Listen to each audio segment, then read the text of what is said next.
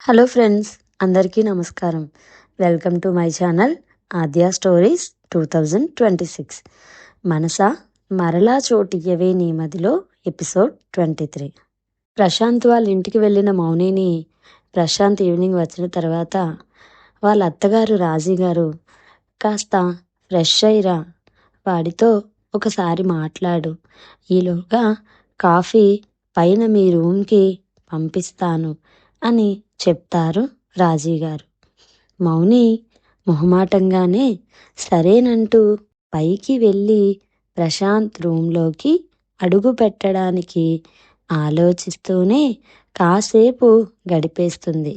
మెల్లగా కుడికాలు లోపల పెట్టి రూమ్ లోపలికి వెళ్తుంది. ప్రశాంత్ వాష్రూమ్లో ఉన్నట్లున్నాడు. వాటర్ సౌండ్ వినిపిస్తుంది. కాసేపటికి అతను స్నానం చేసుకుని టవల్ చుట్టుకొని ఇంకో టవల్తో తడితల తుడుచుకుంటూ బయటికి వస్తాడు. ఎదురుగా మౌని ఉంటుంది. అతను ఒక క్షణం ఆశ్చర్యపోతాడు.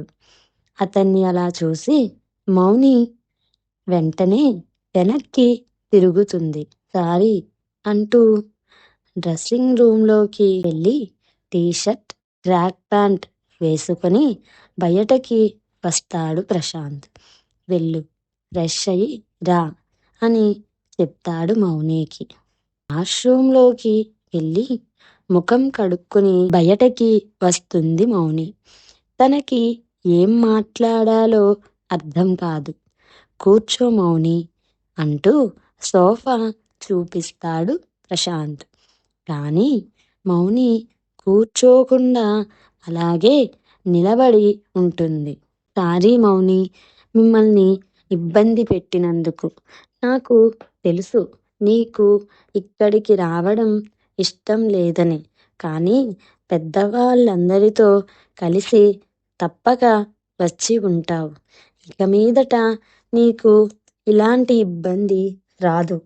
నీకు నచ్చకుండా ఏ పని జరగదు అని ప్రశాంత్ అంటూ ఉంటే మౌని సడన్గా వచ్చి అతన్ని గట్టిగా హత్తుకుంటుంది. ఐయామ్ సారీ అని గొంతులో బాధనంతా నింపుకొని అంటుంది. ప్రశాంత్ కాసేపు బొమ్మలా ఉండిపోతాడు. అతని మెదడు మెల్లగా రియాక్ట్ అవుతుంది. అతని చేతులు మౌని చుట్టూ గట్టిగా బిగుసుకున్నాయి. ప్లీజ్, ఈసారైనా నా నుంచి దూరంగా వెళ్ళిపోకు. మళ్ళీ నన్ను ఒంటరిదాన్ని చేయకు.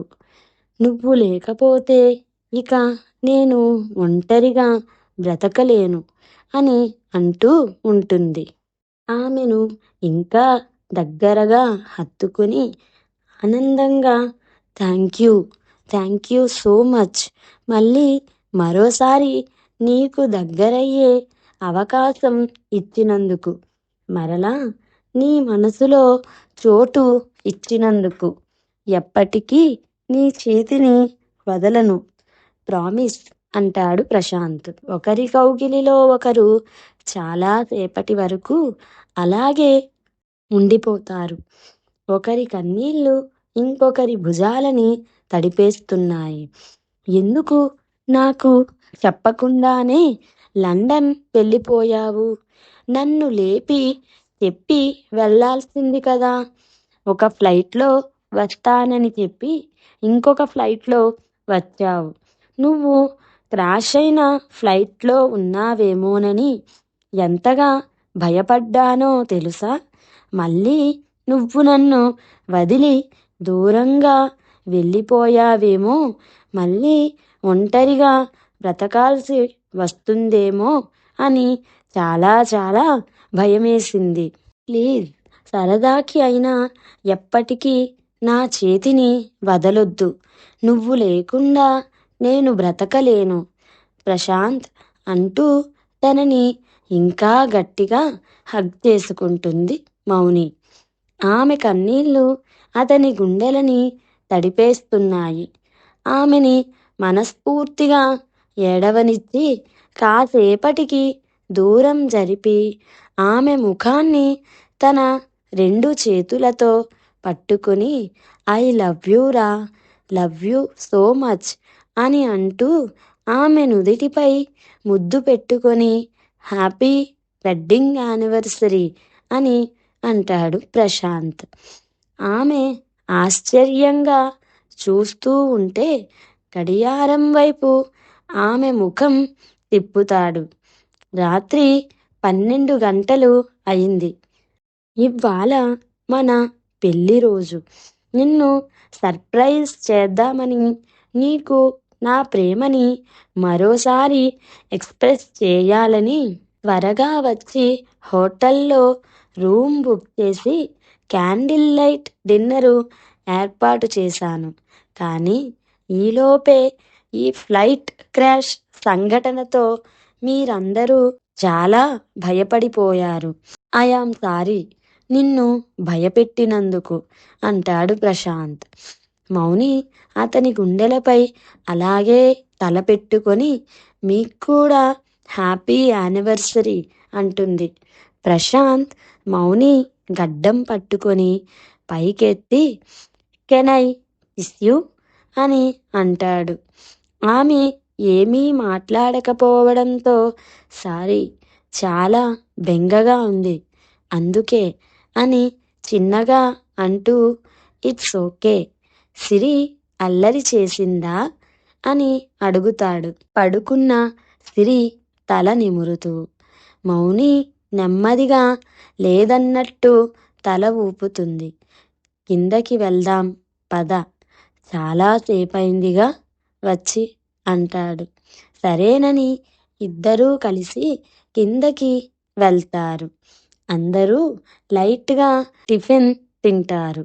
ఎందుకంటే ఫ్లైట్ క్రాష్ న్యూస్ విన్న తరువాత ఎవరు కనీసం నీళ్లు కూడా తాగరు. ఇప్పుడు ప్రశాంత్ ఇంటికి రావడంతో పని మనిషి సుశీల అందరి కోసం టిఫిన్ రెడీ చేస్తుంది. టిఫిన్ చేసి కాసేపు మాట్లాడిన తరువాత ఇక పడుకోండి, చాలా టైం అయింది అంటారు రాజీగారు. అందరూ ఎవరి రూమ్కి వాళ్ళు వెళ్ళిపోతారు. పైన రూమ్కి వెళ్ళిన తరువాత ప్రశాంత్ మౌనితో నువ్వు సిరి పక్కన పడుకో, నేను సోఫాలో పడుకుంటాను అంటాడు. మౌని ఏమీ మాట్లాడకుండా వెళ్ళి సిరి పక్కన పడుకుంటుంది. పడుకున్న తను సీలింగ్ వైపు చూస్తూ తాను ఎప్పుడూ ఆ ఇంటిని సరిగా చూడలేదు. ఇప్పుడు ప్రశాంత్ రూమ్లో తాను ఉంటుంది. రూమ్ చాలా పెద్దగా ఉంది. రూమ్లో ఒకవైపు పెద్ద కింగ్ సైజ్ బెడ్ ఉంటే ఆపోజిట్లో పెద్ద సోఫా ఉంది. ఇంకో సైడ్ పెద్ద వార్డ్రోబ్ ఉంది. మరో సైడు బుక్ షెల్ఫ్ ఉంటే మినీ ఫ్రిడ్జ్ కూడా ఉంది. రూమ్కి అటాచ్డ్గా వాష్రూమ్, అలాగే దానికి అటాచ్డ్గా డ్రెస్సింగ్ రూమ్ ఉంది. బాల్కనీలో చాలా రకాల ప్లాంట్స్ చిన్న చిన్న పాట్స్లో పెట్టి ఉన్నాయి. బాల్కనీకి రూమ్కి గ్లాస్ డోర్ ఉంది. రూమ్ లోపల నుండి కూడా బయట వ్యూ చాలా అందంగా కనిపిస్తుంది. ఇంకా చాలా రూమ్స్ ఉన్నట్టున్నాయి. పైన ప్రశాంత్ ఇంకా వాళ్ళన్నయ్య విక్రాంత్ వాళ్ళ రూమ్ కూడా ఉంది. నిద్ర పట్టగా లేచి చూస్తే ప్రశాంత్ నిద్రపోతూ కనిపిస్తాడు.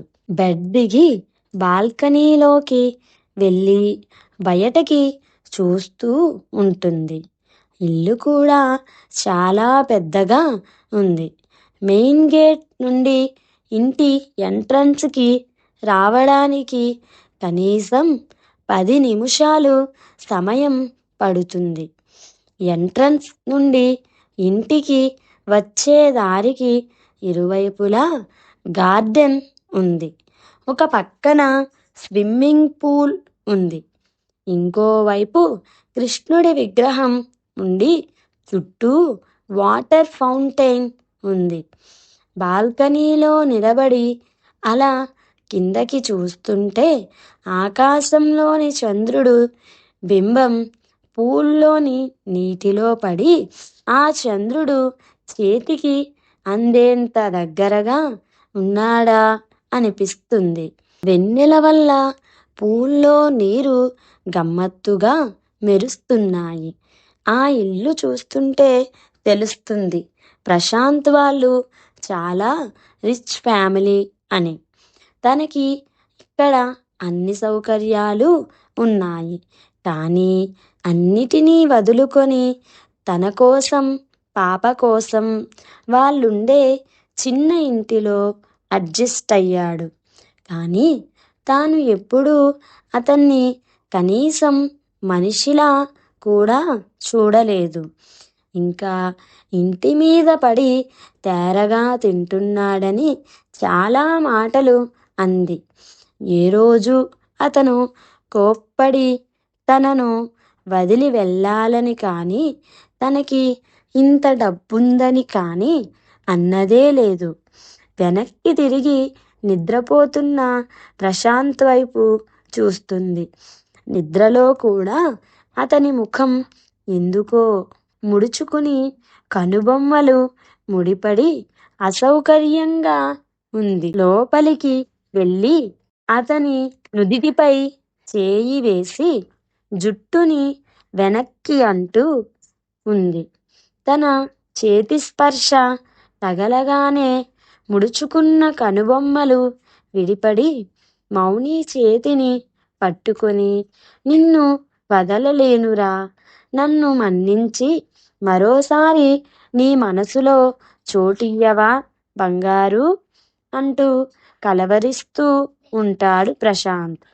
మెల్లగా తన చేతిని వెనక్కి తీసుకొని అతని నుదిటి మీద అంటనట్టుగా ముద్దు పెట్టి వెళ్ళి సిరి పక్కన పడుకుంటుంది. మరుసటి రోజు పొద్దున్న నిద్రలేచిన ప్రశాంత్, మౌని, సిరి ఇద్దరూ ఒకరినొకరు పట్టుకొని పడుకొని కనిపిస్తారు. తన ఇంట్లో, తన రూమ్లో తను ప్రేమించిన అమ్మాయి తన భార్యగా, తన ప్రాణమైన కూతురు ఉన్నారు. వాళ్ళతో తను అలా సంతోషంగా ఉండేది ఎప్పుడో అనుకుంటూ అలాగే చూస్తూ ఉంటాడు. కాసేపటికి లేచి ఫ్రెష్ అయ్యి వాష్రూమ్ నుండి బయటకి వచ్చేసరికి రాజీగారు వచ్చి, నాన్న ప్రశు లేచావా అంటారు. హా అమ్మా అంటాడు ప్రశాంత్. మౌని ఇంకా లేవలేదా అంటే, లేదమ్మా, పాప కూడా లేవలేదు అంటాడు. పోనీలే పడుకోని, నిన్నంతా చాలా టెన్షన్ పడింది అంటారు మౌని సిరీల వైపు చూస్తూ. వాళ్ళు లేచాక ఫ్రెష్ అవ్వమను, బ్రేక్ఫాస్ట్ రెడీ అయింది, సుశీలతో పైకి పంపిస్తాను అని ఆవిడ కిందకి వెళ్ళిపోతారు. కాసేపటికి మౌనికి తెలివి వచ్చి చుట్టూ చూస్తుంది. అది తన రూమ్ కాదని, నిన్న తను ప్రశాంత్ రూమ్లో ఉండడం గుర్తొచ్చి వెంటనే లేచి కూర్చుంటుంది. ఎదురుగా సోఫాలో ప్రశాంత్ ఫ్రెష్ అయ్యి ల్యాప్టాప్లో వర్క్ చేసుకుంటూ ఉంటాడు. అతన్ని చూసి అంతసేపు పడుకున్నందుకు ఇబ్బందిగా ఫీల్ అవుతూ, సారీ నిద్ర పట్టేసింది అని చెప్తుంది. తన వైపు చూసి చిన్నగా నవ్వుతూ, నో ప్రాబ్లం, గుడ్ మార్నింగ్ అంటాడు ప్రశాంత్. వెళ్ళి ఫ్రెష్ అయ్యిరా అంటాడు. మౌని ఇబ్బందిగా తల దించుకొని, అది నా బట్టలు ఇక్కడ లేవు కదా అని మనసులో అనుకుంటూ ఉంటే ప్రశాంత్ తన మనసు తెలిసినట్లుగా డ్రెస్సింగ్ రూములో నీకు పాపకి కావలసిన ఐటమ్స్ అన్నీ ఉంటాయి, వెళ్ళి ఫ్రెష్ అవ్వు అంటాడు. ఈలోగా పాప నిద్రలేచి ప్రశాంత్ని చూస్తూ గుడ్ మార్నింగ్ డాడీ అంటూ వచ్చి అతన్ని వెనక నుండి కౌగిలించుకుంటుంది. గుడ్ మార్నింగ్ మై ప్రిన్సెస్ అంటాడు ప్రశాంత్. మౌని సిరిని డాడీ ఫ్రెష్ అయ్యారుగా, పద నువ్వు కూడా ఫ్రెష్ అవుదువు గాని అంటూ తనని తీసుకెళ్ళి స్నానం చేయించి డ్రెస్సింగ్ రూమ్లో ఉన్న వార్డ్రోబ్ తెరిచి ఆశ్చర్యంగా అలాగే చూస్తూ ఉండిపోతుంది. దానిలో అన్ని రకాల ఫ్రాక్స్, డ్రెస్సెస్, యాక్సెసరీస్ ఉంటాయి. పాపకి మాత్రమే కాదు, తనకి కూడా కాటన్ నుండి డిజైనర్ ఫ్యాన్సీ శారీస్, ఇంకా చాలా డ్రెస్సెస్ కూడా ఉంటాయి. అవన్నీ చూస్తూ అతనికి వాళ్ళు ఎంత స్పెషలో అర్థం చేసుకోవడానికి ప్రయత్నిస్తుంది మౌని. ఇవన్నీ ఇప్పుడే కొన్నవైతే కాదు, అంటే వాళ్ళు ఆ ఇంటికి రావాలని అతను ఎప్పుడో అనుకున్నాడని ఆమెకి అర్థమవుతుంది. మరి తర్వాత ఏం జరుగుతుందో నెక్స్ట్ ఎపిసోడ్లో చూద్దాం. అంతవరకు బాయ్ ఫ్రెండ్స్. నా స్టోరీస్ కనుక మీకు నచ్చినట్లయితే